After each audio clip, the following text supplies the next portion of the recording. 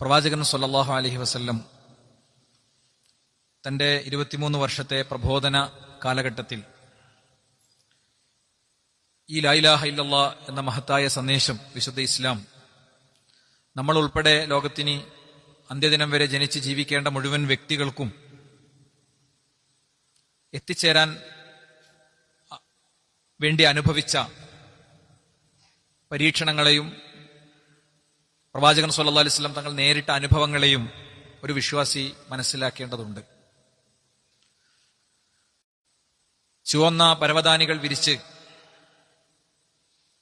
കൈകൊട്ടി ആവേശത്തോടെ സ്വീകരിച്ചുകൊണ്ടല്ല റസൂലുള്ളാഹി സ്വല്ലല്ലാഹു അലൈഹി വസല്ലം പ്രബോധന കാര്യങ്ങൾ നിർവഹിച്ചത് എന്നതും വിശ്വാസികൾ അവരുടെ നിലപാട് സ്വീകരിച്ചത് എന്നതും അറിയുക എന്നത് നമ്മളെ സംബന്ധിച്ചിടത്തോളം പല നിലക്ക് ആവശ്യമാണ്. റസൂലുള്ളാഹിയും സ്വഹാബത്തും അവരുടെ വളരെ ചുരുങ്ങിയ കാലഘട്ടത്തിൽ എന്തൊക്കെ അനുഭവിച്ചു എന്നതിന്റെ ഒരു ചുരുക്കം അറിയുമ്പോൾ ചിലപ്പോഴൊക്കെ നമുക്ക് ബോധ്യപ്പെടുന്നൊരു കാര്യം, റസൂലുള്ളാഹി സ്വല്ലല്ലാഹു അലൈഹി വസല്ലം തങ്ങളും സ്വഹാബത്തും സ്വീകരിച്ച ആ വഴി സ്വീകരിക്കുമ്പോൾ അത്തരം അനുഭവങ്ങളിലൂടെ നമ്മളിൽപ്പെട്ട ചിലരെങ്കിലും കടന്നു പോകുന്നുണ്ടാകും. അവർക്കതൊരു ആശ്വാസവും അതവർക്കൊരു സന്തോഷവും പകരുന്ന കാര്യമായിരിക്കും. അതോടൊപ്പം സത്യസന്ധമായ ദീനിന്റെ വശങ്ങൾ ഉൾക്കൊണ്ട ഒരു വ്യക്തിയെ സംബന്ധിച്ചിടത്തോളം ദീന് സ്വീകരിക്കുകയും ഉൾക്കൊള്ളുകയും കാലഘട്ടങ്ങളായി എടുത്ത നിലപാടുകളിൽ നിന്ന് വ്യത്യസ്തമായ നിലപാടുകളിലേക്ക് പോവുകയും ചെയ്യുമ്പോൾ ഇത്തരം ചില കാര്യങ്ങൾ മനസ്സിലാക്കി വെക്കുക വഴി ഒരു വ്യക്തിയെ സംബന്ധിച്ചിടത്തോളം അയാൾക്ക് തന്റെ നിലപാടിൽ ഉറച്ചു നിൽക്കാനും തന്റെ സമീപനങ്ങളെ കൂടുതൽ ശക്തിപ്പെടുത്താനും സാധിക്കും. നമ്മൾ ഉൾക്കൊണ്ട നിലപാടുകൾ വ്യത്യസ്തമായ ആംഗിളുകളിൽ നിന്ന് ചോദ്യം ചെയ്യപ്പെടുന്ന ഒരു കാലത്താണ് നമ്മൾ ജീവിക്കുന്നത്. ചിലപ്പോഴത് ഫാസിസ്റ്റ് ഭീഷണിയുടെ പേരിലായിരിക്കും. ഞാനിങ്ങനെ ഒരു ശരിയായ മുസ്ലിമാണ് എന്ന നിലക്ക് ജീവിച്ചാൽ എന്റെ ഓഫീസിൽ ED കയറുമോ, അതല്ലെങ്കിൽ ഞാൻ അരുങ്കൊല ചെയ്യപ്പെടുമോ എന്ന് ചിന്തിക്കുന്ന സാഹചര്യങ്ങൾ നമ്മുടെ സമൂഹത്തിലുണ്ട്. നമ്മളൊക്കെ കുറച്ചുകൂടി സുരക്ഷിതമായ ഒരു ഇടത്തിലാണ് എന്ന് വേണമെങ്കിൽ നമുക്ക് ചിന്തിക്കാം. അതല്ലെങ്കിൽ പുരോഗമനത്തിന്റെ പേരിൽ ഇതൊക്കെ ഇപ്പൊ ഇന്നത്തെ കാലത്ത് പറ്റുമോ, അങ്ങനെയും സത്യത്തിൽ നിന്ന് ഭ്രംശം സംഭവിക്കാനുള്ള സാധ്യതയുണ്ട്. അതല്ലെങ്കിൽ നമ്മളൊരു മഹലിലും ഒരു നാട്ടിലൊക്കെ ജീവിക്കുമ്പോൾ ആ മഹലിനെയും നാടിനെയും അവിടുത്തെ ആൾക്കൂട്ടങ്ങളെയും കുടുംബങ്ങളെയും ഒക്കെ ഭയപ്പെടുന്ന സാഹചര്യങ്ങളൊക്കെ ഉണ്ടാകാൻ സാധ്യതയുണ്ട്. ഇത്തരം ചുറ്റുപാടുകളിലൊക്കെ അതല്ലെങ്കിൽ ദീർഘകാലമായി തൗഹീദിന്റെ അതല്ലെങ്കിൽ നവോത്ഥാന സംവിധാനങ്ങളുടെ നടുക്ക് നിൽക്കുമ്പോൾ, അങ്ങനെ മുന്നോട്ട് പോകുമ്പോൾ ആൾക്കൂട്ടവും കൂട്ടായ്മയും സംഘടനയും ലെറ്റർ പാഡും സീലും ഒക്കെ വലിയൊരു പ്രതിസന്ധിയായി ഫീൽ ചെയ്യാനുള്ള സാധ്യതകൾ ചിലപ്പോഴെങ്കിലും ഉണ്ടാകാറുണ്ട്. ഞാൻ പറയുന്നത്, സത്യത്തെ ശരിയായി സംരക്ഷിച്ചു പോവുക എന്നത് ഓരോ വ്യക്തിക്കും വ്യത്യസ്തമായ അനുഭവങ്ങളും വ്യത്യസ്തമായ സാഹചര്യങ്ങളും ആയിരിക്കും. എന്താണെങ്കിലും നമ്മുടെ സമയത്തിന്റെ ഉള്ളിൽ നിന്നുകൊണ്ട് നമ്മൾ ഇന്നൊരു 13 പോയിന്റുകളാണ് പറയുന്നത്. റസൂലുള്ളാഹി സ്വല്ലല്ലാഹു അലൈഹി വസല്ലം തങ്ങളും സ്വഹാബത്തും അനുഭവിച്ച ജീവിത അനുഭവങ്ങൾ, സത്യത്തിന് വേണ്ടി നിലകൊണ്ടപ്പോൾ അവർ കെടിക്കേണ്ടി വന്ന നിലപാടുകൾ, സഹനങ്ങൾ, പീഡനങ്ങൾ, മാനസിക സമ്മർദ്ദങ്ങൾ, അതിനെക്കുറിച്ചാണ് ഇന്ന് നമ്മൾ പറയുന്നത്. തീർച്ചയായും നമ്മൾ ഓരോ പോയിന്റും വരുമ്പോൾ നമ്മളുമായിട്ട് അതിനെങ്ങനെ റിലേറ്റ് ചെയ്ത് ചിന്തിക്കാൻ ശ്രമിക്കുക. ഒന്നാമത്തെ കാര്യം, പ്രവാചകൻ സല്ലല്ലാഹു അലൈഹി വസല്ലം തങ്ങളുടെ ഏറ്റവും വലിയ അത്താണിയും റസൂലുള്ളാഹി സ്വല്ലല്ലാഹു അലൈഹി വസല്ലം തങ്ങളുടെ ഏറ്റവും വലിയ അവലംബവും അബൂ ത്വാലിബ് ആയിരുന്നു. വേര് വെട്ടാനാണ് അവർ ശ്രമിച്ചത്. അവരെല്ലാവരും വന്ന് അബൂ ത്വാലിബിനെ കണ്ടിട്ട് പറഞ്ഞു, ഇന്ന ഇബ്ന അഖാക ഖദ് സബ്ബ ആലിഹതന വആബ ദീനന, നിങ്ങളുടെ പിതൃവ്യപുത്രൻ, നിങ്ങളുടെ അനിയന്റെ മോൻ, പിതൃവ്യപുത്രനല്ല, നിങ്ങളുടെ സഹോദരന്റെ മകൻ ഞങ്ങളുടെ ഇലാഹുകളെ മുഴുവൻ ചീത്ത വിളിച്ചിട്ടുണ്ട്. ലാത്തനി ഉസ്സനെയൊക്കെ തെറി പറഞ്ഞ് നടക്കുകയാണ് അവന്. മാത്രല്ല ഞങ്ങളെ മതത്തെ അവൻ ആക്ഷേപിക്കുകയുമാണ്. ഫഇമ്മ അൻ തകുഫഹു അന്ന വഇമ്മ അൻ തുഖല്ലി ബൈനനാ വബൈനഹു, ഒന്നുകിൽ നിങ്ങൾ ആ പരിപാടി നിർത്തിക്കണം. എന്നെക്കൊണ്ട് നാട്ടുംപുറത്തെ ഭാഷ അങ്ങനെ ശരിക്കും ഓർമ്മ വരും ചില ആൾക്കാർക്ക്. ഓനപ്പതൊന്നും പറ്റൂല, അവൻ പുതിയ പരിപാടിയായിട്ട് ഇറങ്ങിയിട്ടുണ്ട്. ഒരാൾ തൗഹീദിന്റെ വഴി ഉൾക്കൊണ്ടാൽ പറയുന്ന കാര്യമാണത്. ഒരാൾ ഇസ്ലാം സ്വീകരിച്ചാൽ കേൾക്കുന്ന കാര്യമാണത്. ഒരാൾക്ക് ജീവിതത്തിൽ ഇന്നലെ വരെയുള്ള ജീവിതം പറിച്ചെറിഞ്ഞ് സത്യസന്ധമായി ഉൾക്കൊണ്ട ഒരു ദീൻ ഉൾക്കൊണ്ടാൽ നമ്മളെ സ്വാധീനിക്കാവുന്ന, നമുക്ക് അയാൾ പറഞ്ഞാൽ കേൾക്കാൻ പറ്റില്ല എന്ന് തോന്നുന്ന വ്യക്തിനെ പോയി കാണും. വ്യക്തിനെ പോയി കണ്ടിട്ട് സമ്മർദ്ദം ഉണ്ടാക്കും. ചിലപ്പോൾ അയാളുടെ അടുത്ത് 8ഉം 10 ജീപ്പൊക്കെ പോകും. എന്നിട്ട് നിങ്ങൾ എന്ത് പരിപാടി ചെയ്തത് എന്ന് ചോദിക്കണ സാഹചര്യം ഉണ്ടാകും. അപ്പോ റസൂലുള്ളാഹി സ്വല്ലല്ലാഹു അലൈഹി വസല്ലം തങ്ങളുടെ പിതൃവ്യൻ, അദ്ദേഹത്തിന്റെ എളാപ്പ അല്ലെങ്കിൽ മൂത്താപ്പ അവരോട് പറഞ്ഞു, ഞാൻ അവനോട് സംസാരിക്കാം, നിങ്ങൾ പോയിക്കൊള്ളി, അല്ലേ, ഞാൻ അവനോട് സംസാരിക്കാം. അപ്പൊ ആ വ്യക്തിയും വിശ്വസിക്കുന്നുണ്ട്, എന്ത് ഞാൻ പറഞ്ഞ അവൻ കേൾക്കും. കാരണം കുഞ്ഞായ നാളിൽ ജനിക്കണീന് മുമ്പ് വാപ്പാനെ നഷ്ടപ്പെട്ടു. 6ാം വയസ്സിൽ അബവാ എന്ന് പറയുന്ന സ്ഥലത്ത് വെച്ച് ഉമ്മ അങ്ങനെ മരിക്കുന്നത് ആ കുഞ്ഞ് കാണുകയാണ്. ഉമ്മന്റെ വായിൽ നിന്ന് നൊരയുമ്പതിയും വന്ന് കണ്ണു മലച്ചും അസ്തമിക്കുമ്പോൾ എന്റെ ഉമ്മ നഷ്ടപ്പെടുകയാണെന്നും എന്റെ ഉമ്മ ഉണ്ടാവൂലെന്നും ഇനി നാളെ എന്റെ ഉമ്മ ജീവിക്കൂലെന്നും പോലും അറിയാത്ത ഒരു അനാഥ ബാലനെ അന്നു മുതൽ ഏറ്റെടുത്ത ആളാണ് അബൂ ത്വാലിബ്. തോളിലേറ്റിയും കൈത്തണ്ടയിൽ ഇങ്ങനെ ഇട്ടും കളിപ്പിച്ചും ഒക്കെ അങ്ങനെ കൊണ്ടുവരുന്ന ആളാണ്. അപ്പൊ ഞാൻ പറഞ്ഞാൽ കേൾക്കുന്നതായിരിക്കുമല്ലോ വിചാരിക്കുക. അദ്ദേഹം റസൂലുള്ളാഹി സ്വല്ലല്ലാഹി അലൈഹി വസല്ലം തങ്ങളുടെ അടുത്ത് വന്നിട്ട് ഇത് പറയുമ്പോ പ്രവാചകൻ പറയുന്നുണ്ട്, അബൂ ത്വാലിബിനോട് പറയുന്നുണ്ട്, എളാപ്പ നിങ്ങൾ എനിക്ക് തരുന്ന സംരക്ഷണം ഒഴിവാക്കിക്കോളൂ, എനിക്കതൊരിക്കലും മാറാൻ പറ്റില്ല. ചരിത്രത്തിലെ സൂക്ഷ്മമായ വായനയിൽ ആ റിപ്പോർട്ടുകൾക്ക് പ്രശ്നമുണ്ടെങ്കിലും ചരിത്രകാരന്മാരെല്ലാവരും ഒന്നിച്ചു ധരിക്കുന്ന ഒരു വാചകമാണ് എന്തെന്നറിയോ? എന്റെ ഇടത്തെ കയ്യിൽ സൂര്യനെയും വലത്തെ കയ്യിൽ ചന്ദ്രനെയും വെച്ചെന്നിട്ട് ഇത് മാറാൻ പറഞ്ഞാൽ എനിക്ക് മാറാൻ പറ്റില്ല എന്ന് തോന്നുന്ന ആശയങ്ങൾ. അപ്പോ നമ്മൾക്ക് നമ്മളെ സ്വാധീനിക്കാവുന്ന വ്യക്തികളിലൂടെ നമ്മുടെ അടുത്തേക്ക് വരിക എന്നുള്ളതാണ്. രണ്ടാമത് അവർ സ്വീകരിച്ച രീതി എന്താ അറിയോ? വെല്ലുവിളിയും ഭീഷണിയും മുഴക്കി എന്നുള്ളതാണ്. അവർ വീണ്ടും അബൂ ത്വാലിബിന്റെ അടുത്ത് വന്നു, ഞങ്ങൾ നിങ്ങളെ വന്ന് കണ്ടതാണ്, നല്ലൽക്ക് പറഞ്ഞതാണ്, ഇനി നല്ലൽക്ക് നടക്കൂലെങ്കിൽ ഞങ്ങളെ പണി നോക്കുന്ന പറഞ്ഞ വാചകത്തിന്റെ അർത്ഥം. അബൂ ത്വാലിബേ ഇന്നലൊക്കെ സിന്നൻ വ ഷറഫൻ വ മൻസിലതൻ ഫീന, നിങ്ങൾക്ക് നല്ല പ്രായമുണ്ട്, ഞങ്ങളുടെ കൂട്ടത്തിലെ ഏറ്റവും പ്രായമുള്ള ആള് നിങ്ങളാണ്. മാത്രമല്ല ഞങ്ങളുടെ കൂട്ടത്തിലെ ഏറ്റവും സ്ഥാനമുള്ള ആള് നിങ്ങളാണ്, ഞങ്ങളുടെ കൂട്ടത്തിലെ ഏറ്റവും മുതിർന്ന കാരണോ നിങ്ങളാണ്.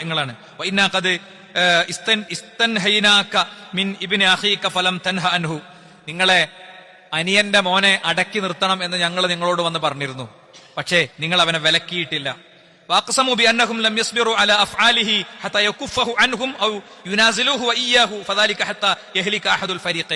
ഇനി ഞങ്ങൾക്ക് വേണ്ടത് ഞങ്ങൾ ചെയ്യും, ഞങ്ങൾ അവനെ നശിപ്പിക്കും, വേണ്ട പണിയെടുക്കും എന്ന് അദ്ദേഹത്തിന്റെ അടുത്ത് വന്ന് കാര്യങ്ങൾ പറയണം. അപ്പോ അബൂ ത്വാലിബിന് വലിയ വിഷമമുണ്ടായി. തന്നെ ബഹുമാനിക്കുന്ന മനുഷ്യന്മാരൊക്കെ തന്റെ സഹോദരന്റെ മോന്റെ കാരണത്താൽ തന്റെ അടുത്ത് വന്ന് വിരല് ചൂണ്ടി സംസാരിച്ചപ്പോൾ അദ്ദേഹത്തിന് വിഷമായി. അദ്ദേഹം പ്രവാചകനെ വീണ്ടും പോയി കാണുന്നുണ്ട്, സംസാരിക്കുന്നുണ്ട്, നീ പണി അവസാനിപ്പിക്കണം എന്ന് ആവശ്യപ്പെടുന്നുണ്ട്. അള്ളാഹുവിന്റെ റസൂൽ അദ്ദേഹത്തോട് വളരെ ശക്തമായി സ്നേഹപൂർവ്വം എനിക്കത് ഉപേക്ഷിക്കാൻ കഴിയില്ല എന്ന് പറഞ്ഞപ്പോ, എങ്കിൽ നീ വിഷമിക്കണ്ട, എന്താ എനിക്ക് താങ്ങാൻ പറ്റാത്തതൊക്കെ എന്റെ തലയ്ക്ക് നീ വെച്ചരല്ല മോനെ എന്നടക്കം അദ്ദേഹം പറഞ്ഞു കഴിഞ്ഞപ്പോ പ്രവാചകൻ, നിങ്ങൾ വിട്ടോളൂ, നിങ്ങൾ എന്റെ സംരക്ഷണം ഉപേക്ഷിച്ചു എന്ന് പറഞ്ഞോളൂ, മുത്താപ്പ വിഷമിക്കണ്ട, ഞാൻ നിങ്ങൾ പറഞ്ഞിട്ട് കേൾക്കണില്ല എന്ന് പറഞ്ഞോളൂ, ഞാൻ ഇതുവറ്റ് മുന്നോട്ട് പോകും, നിങ്ങൾ ഒഴിവായിക്കോളൂ എന്ന് പറഞ്ഞപ്പോ അവസാനം അങ്ങനെയാണെങ്കിൽ നിന്നെ ഞാൻ കൈവിടില്ല, നിന്റെ കൂടെ ഞാനുണ്ട് എന്ന് അദ്ദേഹം പറഞ്ഞു എന്നാണ്. നമ്മുടെ സത്യത്തിന്റെ വഴിയിൽ പോകുമ്പോൾ നമ്മളെ ഭീഷണിപ്പെടുത്താൻ ആളുണ്ടാകും, അല്ലെ? മതപരിവർത്തനം, ഒരാൾക്ക് ഇസ്ലാം സ്വീകരിക്കണം തോന്നുകയാണ്, അപ്പൊ മതപരിവർത്തന നിരോധന നിയമത്തിന്റെ ദണ്ടുപയോഗിക്കും, ലൗ ജിഹാദിന്റെ ആക്ഷേപങ്ങൾ വരും. ഒരാൾ തൗഹീദിന്റെ വഴിയിൽ വരുമ്പോ അയാളെ പല നിലക്കും ഭീഷണിപ്പെടുത്തും, അല്ലെ? എന്റെ മോളെ കല്യാണം എങ്ങനെ നടത്തുക, നീ മരിച്ചാരാ നിന്നെ മറവിയ, ഈ ജാതി ചോദ്യങ്ങളൊക്കെ ഉണ്ടാകും. ഈ ജാതി ചോദ്യങ്ങൾക്ക് മുന്നിൽ മുട്ടടിക്കേണ്ട ഒരു കാര്യമില്ല. നമ്മളെ കല്യാണം ആരും എവിടെ ഒരു പേപ്പറിൽ രജിസ്റ്റർ ചെയ്തിട്ടില്ലെങ്കിലും ഇസ്ലാമികമായിട്ടത് കല്യാണമാണ് കേട്ടോ, ഇസ്ലാമികമായിട്ടത് കല്യാണമാണ്, ഒരു പ്രശ്നമല്ല. ഞാൻ ഈ നാട്ടില് കല്യാണം നടന്ന ആളാണ്, നമ്മളെ നാട്ടിൽ കല്യാണം നടന്ന ആളാണ്. അപ്പോ എന്റെ കല്യാണം എവിടെയും ആ സമയത്ത് രജിസ്റ്റർ ചെയ്തിട്ടില്ല, ആ ദിവസങ്ങളിൽ രജിസ്റ്റർ ചെയ്തിട്ടില്ല, മനസ്സിലായില്ലേ? അതുകൊണ്ട് വിവാഹം എന്നത് വീടാതിരിക്കുന്നില്ല. ഞാൻ എന്തിനാ പറയണമെന്ന് വെച്ച് കഴിഞ്ഞാൽ, ഇങ്ങനെ ചിന്തിച്ചുകൊണ്ട് ഒരാൾക്ക് ഇസ്ലാമിനെ സ്വീകരിക്കേണ്ടാത്ത ഒരു സാഹചര്യമോ അല്ലെങ്കിൽ വിശ്വാസത്തിന്റെ വഴി സ്വീകരിക്കേണ്ടാത്ത ഒരു സാഹചര്യമോ ഇല്ല എന്ന് പറയാൻ വേണ്ടി മാത്രമാണ്, മനസ്സിലായില്ലേ? ഇനി നിന്നെ മറവിയൂല എന്നാണ്. മഞ്ചേരിയിലെ കോടതി മുറിയിൽ ഒരു ഫയൽ കിടക്കുന്നുണ്ട്. മുത്തന്നൂർ എന്ന് പറയുന്ന പ്രദേശത്ത് ഒരു മനുഷ്യൻ ഇസ്ലാം ഈ തൗഹീദിന്റെ വഴി സ്വീകരിച്ചു. അയാൾ അത്രയും കാലം ഉണ്ടായിരുന്ന അയാളുടെ നാട്ടിലെ പള്ളിയുടെയും അയാളുടെ നാട്ടിലെ നിലപാടുകളുടെയും വഴി ഉപേക്ഷിച്ചു. അപ്പോ അയാളുടെ മയ്യത്തും കൊണ്ട് മറവിയാൻ വേണ്ടി വന്നപ്പോ അന്നത്തെ ആ നാട്ടിലെ പള്ളി മഹല്ല് കമ്മിറ്റി അംഗങ്ങൾ ആ മയ്യത്തെടുത്തിട്ട് വീട്ടിൽ കൊണ്ടുവച്ചു. വീട്ടുകാർ വീണ്ടും പള്ളി കൊണ്ടുവച്ചു. ഇത് 2-3 ദിവസം അങ്ങോട്ടും ഇങ്ങോട്ടും നടന്നു. അവസാനം കലക്ടറുടെയും കോടതിയുടെയും നിയമത്തിന്റെയും ഒക്കെ പരിരക്ഷയിൽ അതേ മക്ബറയിൽ, അതേ ഖബർസ്ഥാനിൽ, അതേ മണ്ണിൽ ആ മനുഷ്യന്റെ മയ്യത്വം വെച്ച് അന്നത്തെ തൗഹീദിന്റെ രംഗത്ത് പ്രവർത്തിച്ചിരുന്ന ആളുകൾ വേഗം വാതിലടച്ച് ഒളിഞ്ഞിരിക്കല്ല ചെയ്തത്. അവര് വീണ്ടും ശക്തമായി പ്രവർത്തിച്ചു, ശക്തമായി മുന്നോട്ട് പോയി, അല്ലെ? ഇന്ന് ആ പ്രദേശങ്ങളിലൊക്കെ എത്രയോ പള്ളികളും സംവിധാനങ്ങളുമായി. നമ്മുടെ നാട് മുഴുവൻ ഇത്തരം കാര്യങ്ങൾ ഏറ്റെടുക്കുന്ന ഒരു അവസ്ഥയിലേക്ക് വന്നു. അതുകൊണ്ട് സഹോദരന്മാരെ, ഓരോ കാലത്തും തൗഹീദിന്റെ ആശയാദർശങ്ങളെ സ്വീകരിക്കുന്നവർക്ക് പ്രതിരോധങ്ങളെ നേരിടേണ്ടി വരും. അതാണ് ഒരു പ്രവാചകൻ പോലും ഹിജറ ചെയ്യാത്തതില്ല എന്ന് പറഞ്ഞത്. ഒരു നബി പോലും ഇല്ല ഹിജറ ചെയ്യാത്തത്. എല്ലാ നബിമാരും ഹിജറ ചെയ്തിട്ടുണ്ട്. എന്താ, ആ പ്രവാചകന്മാരുടെ ശൈലി മോശം കൊണ്ടാണോ? അവരുടെ ജീവിതത്തിലുള്ള എന്തെങ്കിലും മോശം പ്രവർത്തനം കൊണ്ടാണോ? ഒരിക്കലുമല്ല. ഓരോ പ്രവാചകന്മാരെയും ആ ജനത വലിയ നിലക്ക് ഏറ്റെടുത്തിട്ടുണ്ട് അവരുടെ ജീവിതത്തിന്റെ ആദ്യഘട്ടത്തിൽ. പിന്നെ ഈ സത്യം അവർ പറഞ്ഞപ്പോ ആ ജനതകൾ അവരെ ബഹിഷ്കരിക്കുന്നതാണ് ചരിത്രത്തിൽ നമ്മൾ കാണുന്നത്. അപ്പൊ ആ നിലക്ക് നമുക്ക് കൃത്യമായി കാണാൻ പറ്റും. ഭീഷണിയും വെല്ലുവിളിയും ഒക്കെ പല നിലക്കും വരുന്ന സാഹചര്യങ്ങൾ നമുക്ക് കാണാൻ പറ്റും.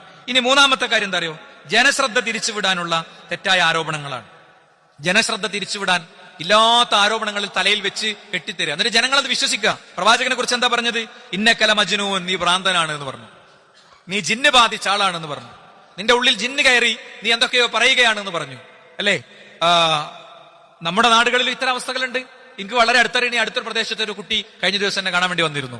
അവന് പെരിന്തൽമണ്ണ പോലീസ് സ്റ്റേഷനിൽ നിന്ന് പോകാൻ സമയം ഉണ്ടാകലില്ല കേട്ടോ. ഞാൻ അവന്റെ ബന്ധുക്കൾക്കോ കുടുംബക്കാർക്കോ ഇത് മനസ്സിലാക്കുകയാണെങ്കിൽ ഓൺലൈനിൽ തന്നെ കേൾക്കുകയാണെങ്കിൽ മനസ്സിലായിക്കോട്ടെ എന്ന് എഴുതിയിട്ട് തന്നെ പറയണേ. എല്ലാ അടിക്കേസിലും എല്ലാ ബഹളത്തിലും ഉണ്ടാകും. പോലീസുകാർക്കൊക്കെ നല്ല പരിചയമുള്ള കുട്ടിയാണ്. പക്ഷെ അവന് ഒരു ജീവിതത്തിലുണ്ടായ ഒരു പ്രത്യേക അനുഭവത്തിന്റെ അടിസ്ഥാനത്തിൽ അവൻ ചില കാര്യങ്ങളൊക്കെ മനസ്സിലാക്കി, ചില കാര്യങ്ങളൊക്കെ ഉൾക്കൊണ്ടു, ചില ഖുതുബകളൊക്കെ കേട്ടു. അങ്ങനെ അവൻ ശരിയായ ദിശയിൽ വന്നു. ഇപ്പൊ അവനെ പറ്റിയുള്ള കംപ്ലൈന്റ് എന്താ അറിയോ? അവനെ പറ്റിയുള്ള അവന്റെ സുജൂദൊക്കെ ഭയങ്കര നീളം കൂടുതലാണ്. എന്തിനാ അങ്ങനെ സുജൂദ് ചെയ്യണു? എന്തിനാ അങ്ങനെ തിങ്കളാഴ്ച സുന്നത്ത് നോമ്പ് കൊടുക്കണു? എന്താ ഇതിന്റെ പരിപാടി? കുടുംബത്തിലെ സ്ത്രീ പുരുഷ ബന്ധങ്ങളിൽ അവൻ പാലിക്കുന്ന ഒരു ദൂരമുണ്ട് കേട്ടോ. ആ ദൂരം അവൻ പാലിക്കുമ്പോ അത് പ്രശ്നമാണ്. ഇത് ഞാൻ പറയുന്നത് ഓരോ വ്യക്തിയും അയാളുടെ ജീവിതത്തിൽ ശരിയായ വശം ഉൾക്കൊള്ളുമ്പോ അയാൾക്ക് പട്ടാണ് എന്നാ പറയാം, അവന് പിരാന്താണ് എന്ന് പറയണേ സാഹചര്യത്തിൽ കാര്യങ്ങളെത്തും. രണ്ട്, റസൂലുള്ളാഹി സ്വല്ലല്ലാഹു അലൈഹി വസല്ലം തങ്ങൾ സിഹർ ബാധിതനാണ് എന്ന് പറഞ്ഞു. അല്ലെ? വാജിബു അൻജാഹു മുൻദിറു മിൻഹു ഖാലൽ കാഫിറൂൻ ഹാദാ സാഹിറുൻ കദ്ദാബ്. പ്രവാചകൻ ഒരു സാഹിറാണ്, ഒരു മാരണക്കാരനാണ് എന്ന് റസൂലുള്ളാഹി സ്വല്ലല്ലാഹു അലൈഹി വസല്ലം തങ്ങളെ കുറിച്ച് പറയുന്ന അവസ്ഥയുണ്ടായി. നമ്മുടെയൊക്കെ കുടുംബങ്ങളിൽ ആളുകൾക്ക് വെളിച്ചം കിട്ടുമ്പോ ആ വെളിച്ചം കിട്ടിയ മനുഷ്യന്മാരെ സ്വീപ്പാക്കാൻ പിന്നെ ഓരോ തലയിണയുടെ ചോട്ടിൽ കൊണ്ടുപോയിട്ട് ഓരോ സാധനങ്ങളൊക്കെ ഫിറ്റ് ചെയ്യലാണ്. ഇവിടെ ഇരിക്കണേ ഒരു സുഹൃത്ത് കഴിഞ്ഞ ദിവസം എനിക്കൊരു വീഡിയോ അയച്ചു തന്നു. എന്താ? അദ്ദേഹത്തിന് ഏറ്റവും പ്രിയപ്പെട്ട ഒരാളുടെ തലയിണയുടെ അടിയിൽ നിന്ന് കിട്ടിയതാ എന്ത്? കുറച്ച് തേനൊക്കെ പുരട്ടിയിട്ട് ഒരു സാധനം. എന്റെ ഫോണിലുണ്ട് സാധനം കിടക്കുന്നത്. എന്താ ഗന്ധ കിട്ടിയ എന്താ നമ്മൾ ചെയ്യണ്ടു? ഗന്ധ കിട്ടിയ എന്താ ചെയ്യണ്ടു? നന്നായി ആയത്തുൽ കുർസി ഓതുക, മുഅവ്വിദത്തൈനി ഓതുക, പിശാചിൽ നിന്ന് രക്ഷപ്പെടാനുള്ള സംഗതികളൊക്കെ ഓതുക, എന്നിട്ട് അത് നശിപ്പിക്കുക, അത് കുഴിച്ചു മൂടുക. അതാണ് ചെയ്യേണ്ടത്. സിഹർ ചെയ്യാൻ, മനുഷ്യന്മാരെ വശീകരിക്കാൻ ഓരോ ഉസ്താദുമാരെടുത്ത് ചെല്ലുമ്പോൾ നാട്ടിലെ കാര്യം പറയണേ. നമ്മളെ നാട്ടിൽ ഈ സൊഫിൽ ഇരിക്കണേ മനുഷ്യന്മാരെ കാര്യം പറയണേ. ഇതൊന്നും ജനതയോട് പറയില്ല. ഇതൊക്കെ ഓരോ ഉസ്താദുമാരെടുത്ത് എന്നിട്ട് ഈ വിഷയം ഞാൻ എടുക്കാനുള്ള കാരണം അതാണ്. മനസ്സിലായില്ലേ? ഇതൊക്കെ അനുഭവിച്ചും സഹിച്ചും ഏതോ ഒരു നിക്കാഹിന്റെ സമയത്ത് ഏതോ ഒരു ബുക്ക് വരില്ല എന്ന് വിചാരിച്ചിരിക്കേണ്ട അവസ്ഥ ഒരാൾക്കില്ല. ബുക്ക് ഇവിടെ ഉണ്ട്, രജിസ്റ്റർ ബുക്ക് ഇവിടെ ഉണ്ട്. മനസ്സിലായില്ലേ? ഇവിടെ അപ്പുറത്തെ ഷെൽഫിൽ ഇരിക്കുന്നുണ്ട്. അതുകൊണ്ട് നമ്മൾ കൃത്യമായി മനസ്സിലാക്കുക, നമ്മളെ പരലോകം നമ്മൾ കളയരുത്. ഇതൊക്കെ ചരിത്രത്തിൽ കഴിഞ്ഞു പോയതാണ് കേട്ടോ. പിന്നെ റസൂലുള്ളാഹിനെ പറ്റി പറഞ്ഞത് കെട്ടുകഥകളാണ്. വഖാലു വസാതിറുൽ അവ്വലിൻ ഇക്തതബഹാ. ഇതെവിടുന്നോ കട്ടെടുത്ത കെട്ടുകഥകളാണ് എന്ന് റസൂലുള്ളാഹി സ്വല്ലല്ലാഹു അലൈഹി വസല്ലം തങ്ങളെ കുറിച്ച് ആക്ഷേപങ്ങൾ ഉണ്ടായി. മാത്രല്ല ഇത് പ്രവാചകൻ തന്നെ എഴുതിണ്ടാക്കിയതാണ്. ഇന്നില്ലേ ഖുർആനിനെ കുറിച്ച് പ്രവാചകൻ എഴുതിയതാണെന്നുള്ള ആക്ഷേപം ഇന്നും ഏറെ നിലനിൽക്കുന്നുണ്ട്. ഇസ്ലാം വിമർശകർ ശക്തമായി അത് തെളിയിക്കാനുള്ള ശ്രമങ്ങൾ നടക്കുന്നുണ്ട്. എന്താ? മറിയം ബീവിയെ കുറിച്ച് പറഞ്ഞെടുത്ത് യാ ഉഖ്ത ഹാറൂൻ, ഹാറൂനിന്റെ സഹോദരി എന്നൊരു പ്രയോഗമുണ്ട്. യാ ഉഖ്ത ഹാറൂൻ. എന്നിട്ട് ഇവിടുത്തെ ഇസ്ലാം വിമർശകരുടെ വിമർശനം എന്താ? ഞങ്ങൾ ഇവിടെ സിആർഇ ക്ലാസ്സിലെ കുട്ടികൾ ഇതൊക്കെ പഠിച്ചു കേട്ടോ. സിആർഇ ക്ലാസ്സിലെ കുട്ടികൾ ഈ പോയിന്റ് നിങ്ങൾ പോയിട്ട് ചെന്ന് ചോദിച്ചവർ പറഞ്ഞുതരും. എന്താണ്? മറിയമ്മിന് അങ്ങനെ ഹാറൂൻ എന്നൊരു സഹോദരി ഇല്ലല്ലോ. പിന്നെ എങ്ങനെയാണ് ഈ ആക്ഷേപം വരിക? ബൈബിള് നോക്കി എഴുതിയപ്പോ കട്ട് എഴുതിയപ്പോ വന്നതാണെന്നാണ് ആക്ഷേപം. യഥാർത്ഥത്തിൽ ബൈബിൾ പ്രകാരം തന്നെ ഉള്ള എന്താ അറിയോ? മറിയം ബീവി ജീവിച്ചിരുന്ന കാലത്ത് നല്ല മനുഷ്യന്മാരെ പറ്റി പറയാൻ വേണ്ടി നീ ഹാറൂന്റെ സഹോദരിയാണ്, നീ ഹാറൂന്റെ മോനാകാൻ മാത്രം സ്ഥാനമുള്ള ആളാണ്, നീ ഹാറൂനിന്റെ പെങ്ങളാകാൻ മാത്രം സ്ഥാനമുള്ള ആളാണെന്നൊക്കെ അന്നൊരു പ്രയോഗം അവർക്കിടയിൽ ഉണ്ടായിരുന്നു എന്ന് പറഞ്ഞാൽ ആ കാലഘട്ടത്തിന്റെ പ്രയോഗത്തെ പോലും അക്ഷരാർത്ഥത്തിൽ സൂക്ഷ്മമായി റബ്ബ് സുബ്ഹാനഹു വ തആല ഖുർആനിൽ കൊണ്ടുവന്നു അതിന്റെ അർത്ഥം. ഇസ്ലാമിന്റെ ശത്രുവിനെതിരായിട്ടാണ് ആ തെളിവ് മാറുന്നത്. അപ്പോ പകർത്തിയെഴുത്തുകൾ ഉണ്ടായി എന്ന ആക്ഷേപങ്ങൾ ഇന്നും തുടരുന്നുണ്ട് അല്ലെ? പിന്നെന്താ പ്രവാചകൻ സല്ലല്ലാഹു അലൈഹി വസല്ലം തങ്ങളെ പറ്റിയിട്ട് പറഞ്ഞേ? ജനശ്രദ്ധ തിരിക്കാൻ വേണ്ടി ഉപയോഗിച്ച 7ാമത്തെ പോയിന്റ് എന്താ? കാക്കക്കാരണവന്മാരുടെ മാർഗത്തെ തള്ളണോനാണ് ഇവനെന്ന. കാക്കക്കാരണവന്മാരുടെ മാർഗത്തെ അള്ളാഹ് ഇറക്കിയ ഗ്രന്ഥത്തെ സ്വീകരിക്കണം എന്ന് പറഞ്ഞാൽ ഖാലു ബൽ നത്തബിഉ മാ അൽഫൈനാ അലൈഹി ആബാഅനാ, ഞങ്ങളെ കാക്കക്കാരണവന്മാരുടെ മാർഗം മതി ഞങ്ങൾക്ക് പറയണില്ലേ? നമ്മളെ കുടുംബ വീടുകളിൽ കേൾക്കണില്ലേ? നമ്മളെ വാപ്പാന്റെ വാപ്പിയൊക്കെ കുതുബിയ തുറാത്തീബ് നബിദിനൊക്കെ കഴിച്ചവരാണ്. അത് ഒഴിവാക്കിയിട്ട് ഇത് സ്വീകരിക്കുക. അപ്പൊ വാപ്പ നരകത്തിലാണോ? അല്ലേ? വാപ്പാന്റെ വാപ്പ നരകത്തിലാണോ? ഇത് പ്രവാചകനെ പ്രതിരോധത്തിലാക്കാൻ ശത്രുക്കളെടുത്ത ആയുധമായിരുന്നു. മൂസാ അലൈഹി ഇസ്ലാമിയോടും ഇതേ ചോദ്യം ചോദിച്ചിട്ടുണ്ട്. അതുകൊണ്ട് സഹോദരന്മാരെ, ഞാനിവിടെ 7 പോയിന്റുകൾ പറഞ്ഞത് 3ാമത്തെ രീതിയാണ്. ജനശ്രദ്ധ തിരിക്കാൻ തെറ്റായ ആരോപണങ്ങൾ ഉണ്ടാക്കുക. അല്ലെ? ദിക്റില്ലാത്തവരാണ്, ദുആ ഇല്ലാത്തവരാണ്. തസ്ബീഹിൽ ഈ ഖുതുബ കേൾക്കുന്ന ആർക്കും അത് പറയാൻ പറ്റില്ലല്ലോ, ദിക്റും ദുആയും സ്വലാത്തൊന്നും ഇല്ലാത്തവരാണെന്ന്. അപ്പോ വിഷയങ്ങൾ ശരിയായി മനസ്സിലാക്കി മുന്നോട്ട് പോകുക എന്നുള്ളതാണ് നമുക്ക് ഏറ്റവും ശരിയായ രൂപം. മറ്റു 4ാമത്തെ കാര്യം എന്താണ്? ശക്തമായ പരിഹാസമാണ്. ശക്തമായ പരിഹാസം. പ്രവാചകന്റെ മകൻ ഖാസിം മരിച്ചു. ഖാസിം മരിച്ചപ്പോ അൽ ആസ് ബിൻ വായിൽ അസ്സഹമി പറഞ്ഞൊരു വാചകമുണ്ട്, ദഅഉഹു ഫഇന്നഹു അബ്തർ ലാ അഖിബ ലഹു ഫഇദാ ഹലക ഇൻഖതഅ ദിക്റുഹു.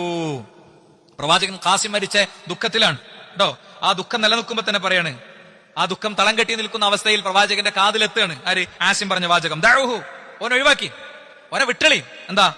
ഫഇന്നഹു അബ്തറു, അവൻ വാലറ്റവനാണ്, അവനെ ശേഷം ആരുമില്ല. ഓലാകെ 3 ആളുള്ളത്, ഓലത് തീർന്നു. ഓരാകെ 3 ആളുള്ളത്, ഓലത് തീർന്നു. ഇതുകൊണ്ട് ഒരു ബുദ്ധിമുട്ടോടെ വരാൻ പോണില്ല. നമ്മൾ അതിനോട് പ്രതികരിക്കാൻ പോണ്ട കേട്ടോ. നമ്മൾ അതിനോട് പ്രതികരിക്കാൻ പോകണ്ട. ഫൈദ ഹലക ഇൻഖതഅ ദിക്റുഹു, ഓമന്റെ കാലം കഴിഞ്ഞാൽ വിഷയം തീർന്നു, മക്കളൊന്നുമില്ലല്ലോ. അത് ആദർശ പ്രസ്ഥാനം എന്ന് പറയുന്നത് പെറ്റുപെരുകി വലുതാകണതാന്നാണ് ജനം വിചാരിക്കണേ. പെറ്റുപെരുകി വലുതാകണതല്ല, ഇത് പടർന്ന് പന്തലിച്ച് ആശയ പ്രചാരണം നടക്കുന്ന ഒരു മഹാസത്യമാണ്. ആ ഒരു ബോധ്യം നമുക്ക് വേണം. അപ്പോഴാണ് ഖുറാനിലെ ഏറ്റവും ചെറിയ സൂറത്ത് ഇന്നാ അഅ്തൈനാകൽ കൗസർ ഫസല്ലി ലറബ്ബിക വൻഹർ ഇന്ന ശാനിഅക ഹുവൽ അബ്തർ. അങ്ങേ ആക്ഷേപിച്ചവനാണ് വാലറ്റ് പോയവൻ. അവനാണ് ഇനി ഒരു പേര് ഒന്നും ഇല്ലാതിരിക്കുക, ഒരു സൽപ്പേരും ഇല്ലാതിരിക്കുക അവനാണ് എന്ന ആയത്തൊക്കെ ഇറങ്ങുന്നത് അപ്പോഴാണ്. മാത്രമല്ല നമുക്ക് പരിഹാസം പിന്നെയും കാണാൻ പറ്റും. വകദാലിക ഫതന്ന ബഅദഹും ബിബഅദിൻ ലിയഖൂലു ഹൗലാഇ മന്നല്ലാഹു അലൈഹിം. ഈ ആയത്ത് ഇറങ്ങുന്നത് എപ്പോഴറിയോ? പ്രവാചകന്റെ കൂടെ പട്ടിണി പാവങ്ങളും അടിമകളൊക്കെ ആയ ആളുകൾ ഇങ്ങനെ നിൽക്കാണ് കഅബാലയത്തിലെ.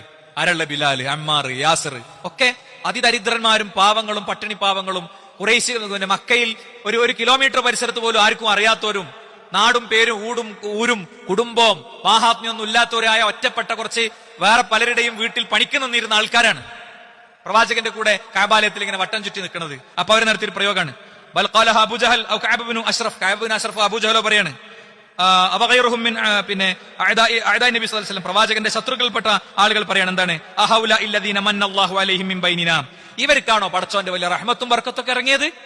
ഈമാൻ എന്ന് പറഞ്ഞ വലിയ അനുഗ്രഹം ഇവർക്കാണോ ഇറങ്ങിയത്? ആർക്ക്?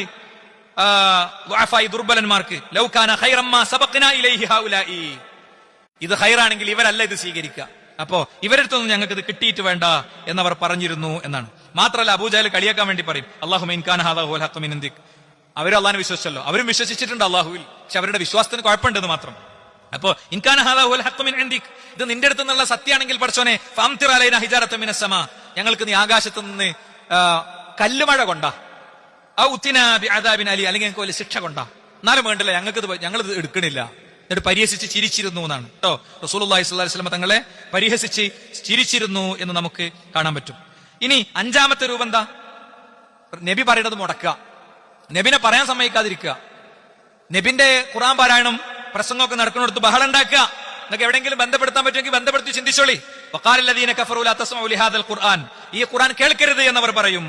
വലഗൗ ഫീഹി, നിങ്ങൾ ബഹളം ഉണ്ടാക്കണം, ശബ്ദ കോലാഹലങ്ങൾ ഉണ്ടാക്കണം എന്ന് പറയും. എന്റെ വ്യാഖ്യാനമല്ല, തഫ്സീറുൽ ഖുർത്തുബി അദ്ദേഹത്തിന്റെ ഈ ആയത്തിന്റെ വിശദീകരണത്തിൽ പറയാ, ഇദാ സമയത്തുൽ ഖുർആന ഫസിഹു ഫീ, നിങ്ങൾ പ്രവാചകൻ ഖുർആൻ ഓതി സംസാരിക്കുന്നത് കണ്ടാൽ നിങ്ങൾ ബഹളം വെക്കണം.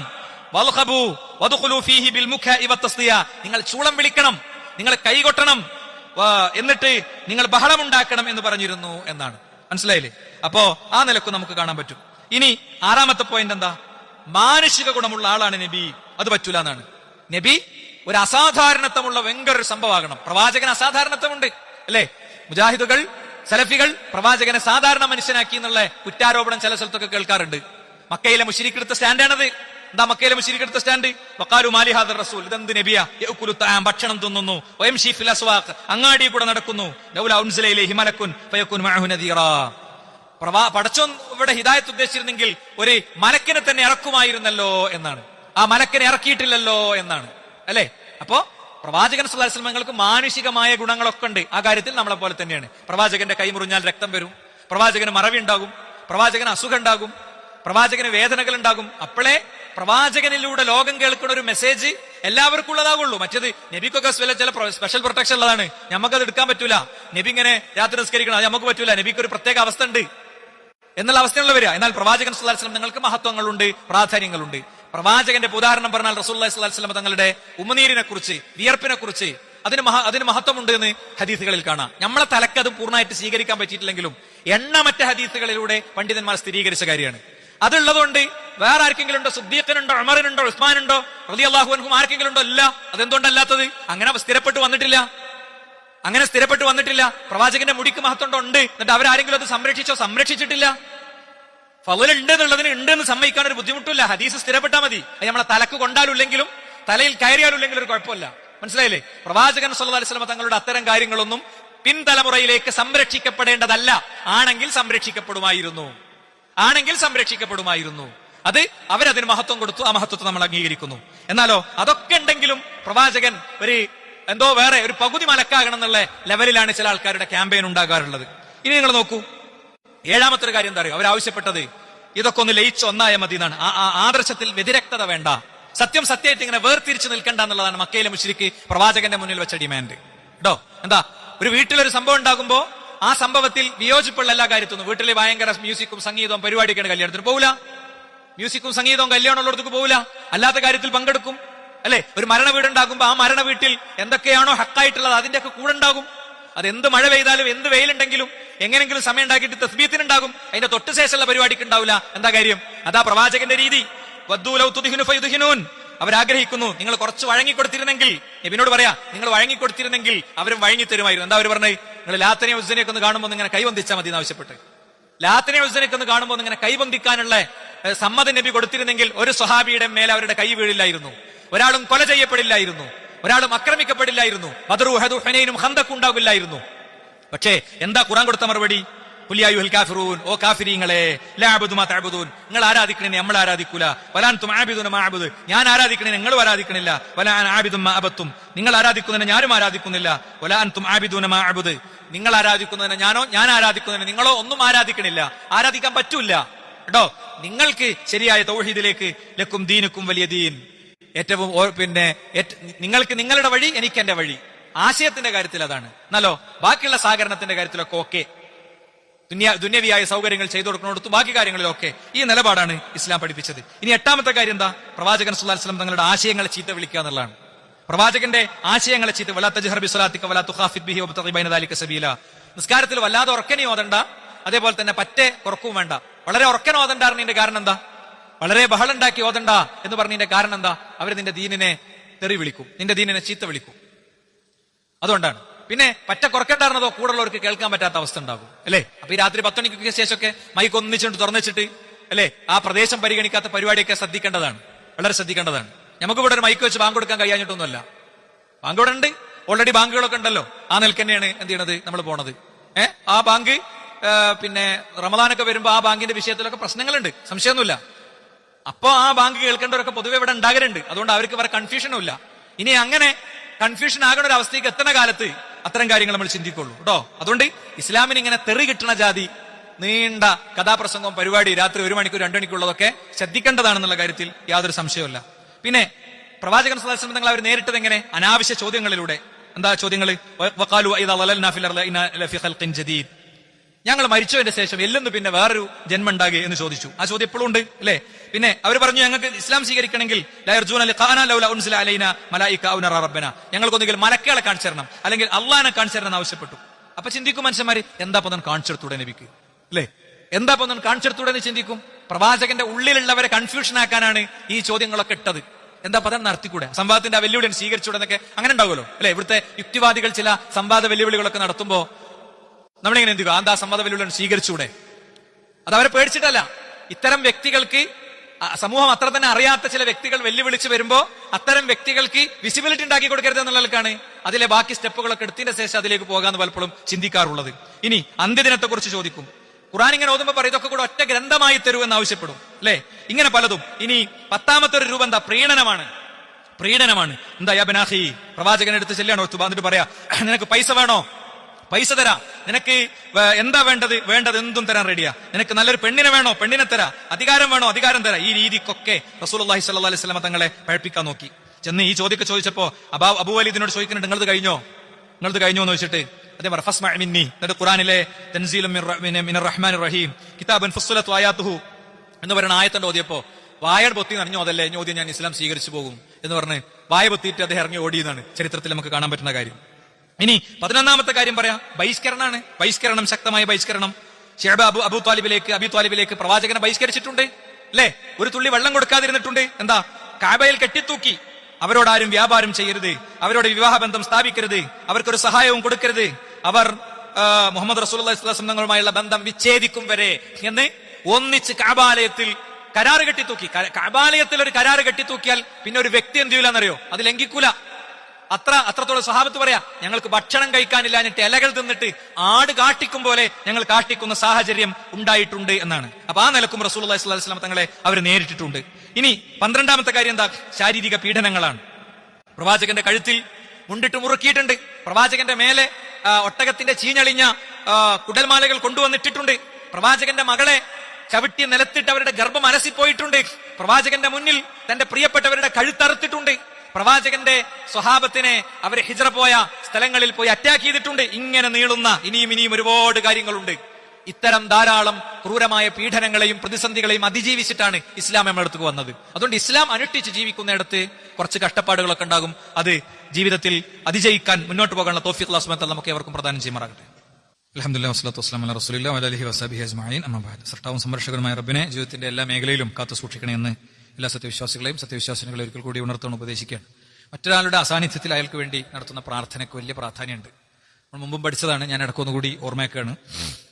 എന്താണ്, നമ്മള് മറ്റൊരാളുടെ അസാന്നിധ്യത്തിൽ, ഒരാൾ ഇവിടെ അല്ല, നമ്മളയാൾക്ക് വേണ്ടി പ്രാർത്ഥിക്കുന്നുണ്ടെന്ന് അറിയില്ല, ഇവിടെ അല്ല എന്നുള്ള മാത്രമല്ല നമ്മളയാൾക്ക് വേണ്ടി പ്രാർത്ഥിക്കുന്നുണ്ടെന്ന് അയാൾ അറിയാതെ പ്രാർത്ഥിച്ചാൽ മലക്കുകൾ നമുക്ക് വേണ്ടി പ്രാർത്ഥിക്കുന്നതാണ്. അയാളുടെ രോഗം മാറട്ടെ എന്ന് നമ്മൾ പ്രാർത്ഥിച്ചാൽ ഇയാൾക്ക് നിനക്ക് ആ രോഗം വരാതിരിക്കട്ടെ എന്ന് മലക്ക് പ്രാർത്ഥിക്കുന്നതാണ്. അപ്പോ നമ്മുടെ 2-3 സുഹൃത്തുക്കൾ, നമ്മുടെ ഒരു സഹോദരി ഹോസ്പിറ്റലിലാണ്, അതേപോലെ നമ്മുടെ ഒരു സഹോദരന്റെ ഉപ്പ രോഗബാധിതനാണ്, നമ്മുടെ ഒരു സഹോദരന്റെ മോൾ രോഗബാധിതയാണ്. ഇങ്ങനെയുള്ള ഒരുപാട് ആളുകളുണ്ട്. നമുക്ക് അവർക്കൊക്കെ വേണ്ടി ആത്മാർത്ഥമായി നിങ്ങൾ എല്ലാവരും പ്രാർത്ഥിക്കണം. ഈ സന്ദർഭത്തിൽ ഞാൻ അഭ്യർത്ഥിക്കുകയാണ്.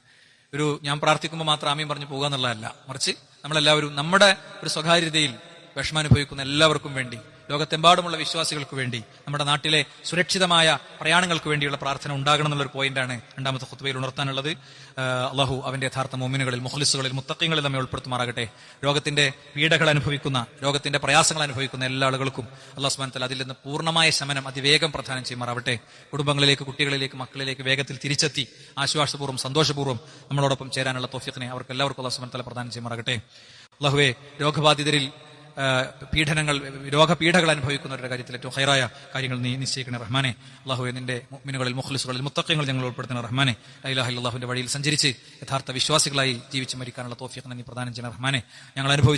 ഞങ്ങളുടെ പ്രവാചകൻ അനുഭവിച്ച ജീവിതത്തിലെ വ്യത്യസ്ത അനുഭവങ്ങളുടെ പശ്ചാത്തലത്തിൽ ഏറ്റവും ശരിയായ ദിശയിൽ തൗഹീദിന്റെ വഴിയിൽ അടിയുറച്ചു നിൽക്കാനുള്ള മനക്കരുത്തിനെ ഞങ്ങൾക്ക് ഓരോരുത്തർക്കും നീ പ്രദാനം ചെയ്യണ റഹ്മാനെ. മനക്കരുത്തിനെ ഞങ്ങൾക്ക് ഓരോരുത്തർക്കും നീ പ്രദാനം ചെയ്യണ റഹ്മാനെ. അല്ലാഹുമ്മ ഗ്ഫിർ ലിൽ മുഅ്മിനീന വൽ മുഅ്മിനാത്ത്, അല്ലാഹുമ്മ അഇസ്ൽ ഇസ്ലാം വൽ മുസ്ലിമീൻ വദിൽ ശിർക്ക് വൽ മുശ്രിക്കീൻ, റബ്ബനാ ആതിനാ ഫിദ് ദുനിയ ഹസനത വഫിൽ ആഖിറതി ഹസനത വഖിനാ അദാബന്നാർ. ആമീൻ ആമീൻ ബിറഹ്മതിക യാ അർഹമർ റഹീമീൻ. അൽഹംദുലില്ലാഹി റബ്ബിൽ ആലമീൻ. വസ്സലാമു അലൈക്കും.